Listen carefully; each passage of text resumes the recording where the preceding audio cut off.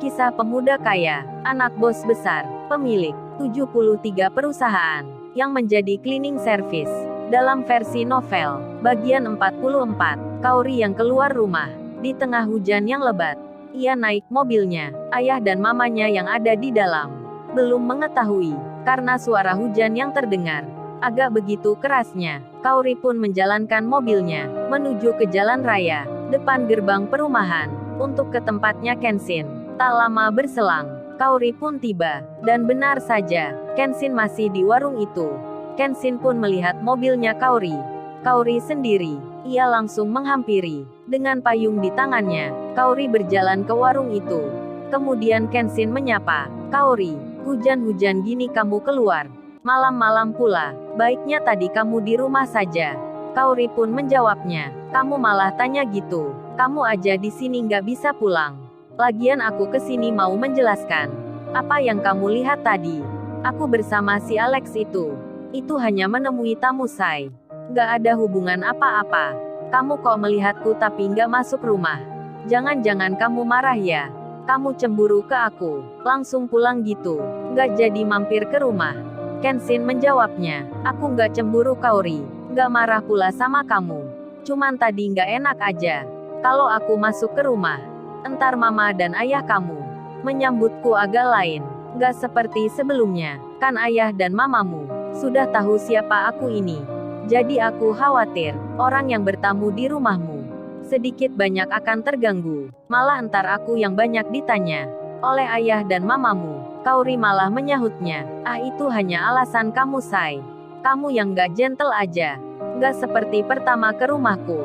Langsung berani mengirim pesan, menggoda dan menembakku, menyatakan cinta langsung. Kan kondisinya sama, ada Alex pula di situ.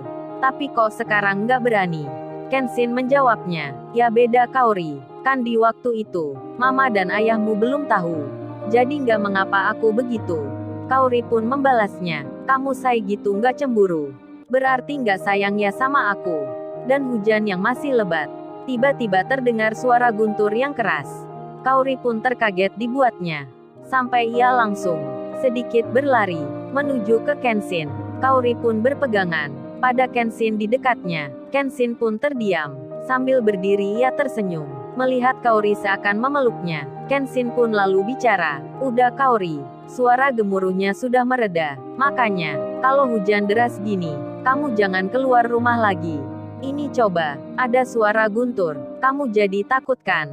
Kenshin melihat wajahnya Kaori dengan dekat sekali. Lalu ia melanjutkan bicaranya, "Oh ya Kaori, aku jawab pertanyaanmu tadi.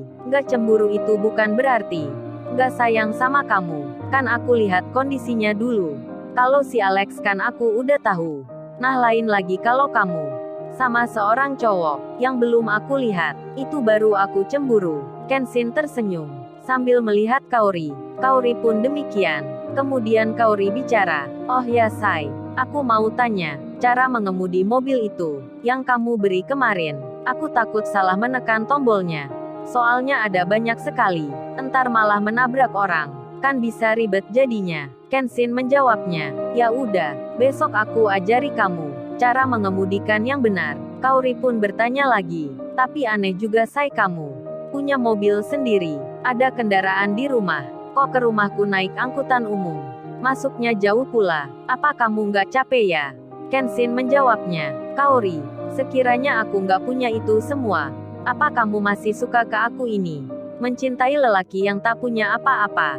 Kaori menjawabnya, "Kamu Sai bicaranya gitu. Kan aku hanya bertanya, malah kamu meragukan aku. Sebel nih aku jadinya. Bukannya kamu tahu sendiri, aku suka kamu itu sejak kerja cleaning service. Kan udah aku ceritain, malah ditanya lagi." Kenshin menyahutnya, "Iya aku mengerti.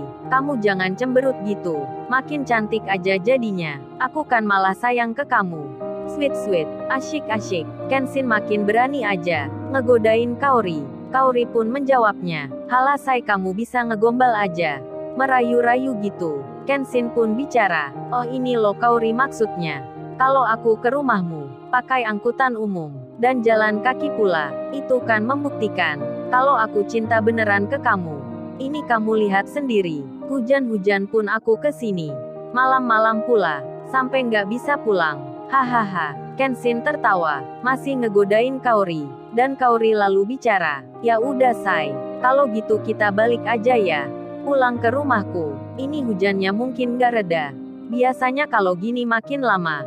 Entar jalanan banjir. Takutnya mobilku nggak bisa masuk perumahan. Kenshin pun menjawabnya, ya sudah Kaori, kalau gitu aku mampir ke rumahmu aja.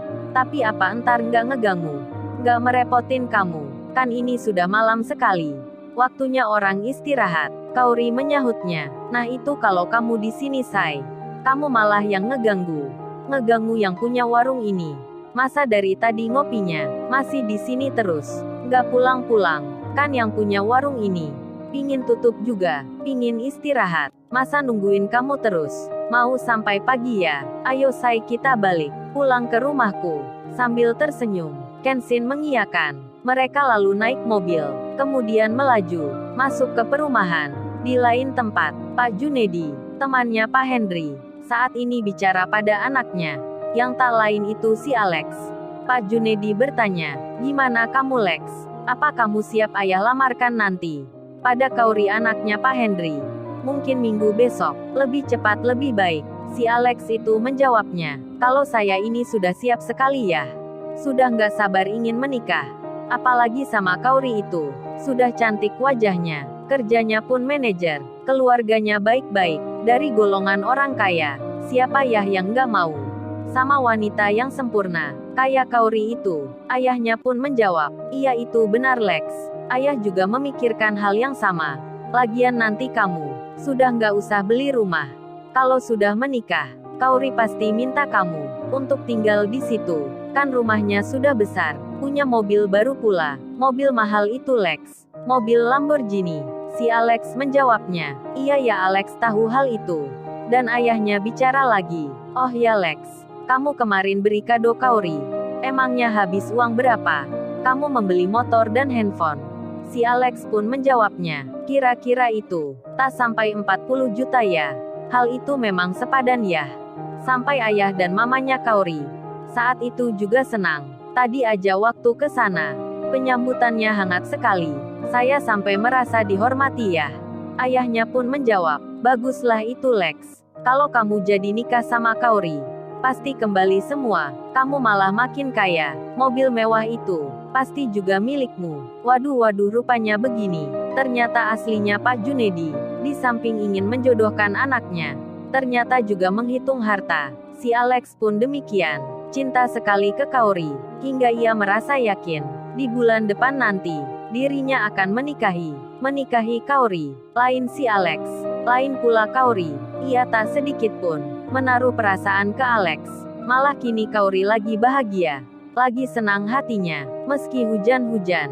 Di waktu malam pula, Kaori ceria sekali, karena Kenshin bersamanya, dan tibalah Kaori, di depan rumahnya sendiri. Lalu ia melihat ayah dan mamanya yang berdiri di pintu. Kenshin pun bicara, waduh Kaori, ada mama dan ayahmu itu. Sepertinya menunggu dari tadi. Aku merasa nggak enak nih. Entar disalahin. Mengajak kamu keluar, malam-malam gini, hujan-hujan pula. Apa baiknya aku nggak ikut saja ya?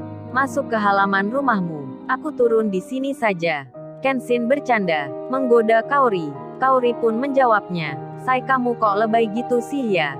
Masa laki-laki takutan gitu? Kenshin membalasnya, iya Kaori aku emang takut.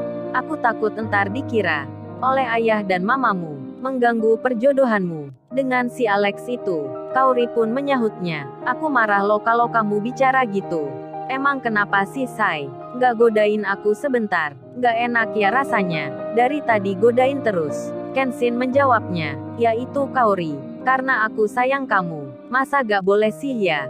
Bercanda sama ceweknya. Kaori pun tersenyum. Dan Pak Henry keluar, membuka pintu pagar. Beliau pun belum tahu kalau ada Kenshin yang datang ke sini. Lalu, bagaimana kisah selanjutnya? Subscribe channel ini untuk episode berikutnya. Terima kasih.